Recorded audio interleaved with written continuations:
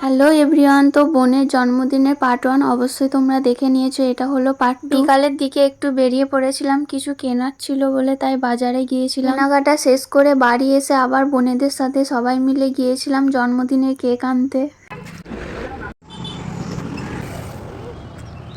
আর সন্ধ্যার দিকে মা এখানে পকোড়া নিয়ে এসেছিল, সেগুলোই খেলাম। আর এই রুমের মধ্যে যতজন ছিল সবকটাই হয় জিজু। তারপর সেলিব্রেশন হওয়ার জন্য এখানে আমি একটু হালকা করে রেডি হয়ে নিয়েছিলাম। ফাইনালি কেক কাটা শুরু হয়ে গেল, সবাই এখানে এনজয় করছিল, তার সাথে আমিও হালকা করে একটু এনজয় করে নিলাম। সেলিব্রেশন শেষ হওয়ার পর এখানে ডিনারের জন্য বসে পড়েছিলাম। যেহেতু বাড়ি যাব তাই সকাল করে একটু খাওয়া দাওয়া করে নিই। খাওয়া দাওয়া শেষ করে বাড়ি বেরোতে প্রায় 11টা বেজে গিয়েছিল। পরের দিন যেহেতু রোজা আছে তাই আর থাকলাম না, বাড়ি চলে এলাম। বাড়ি আসতে তো প্রায় আধ ঘন্টার বেশি টাইম লেগে গিয়েছিল।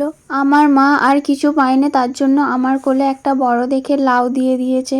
বাড়ি আসতে প্রায় 12টা বেজে গিয়েছিল। ভিডিওটা কেমন লাগলো অবশ্যই কমেন্ট করে জানিও। দেখা হচ্ছে পরের ভিডিওতে।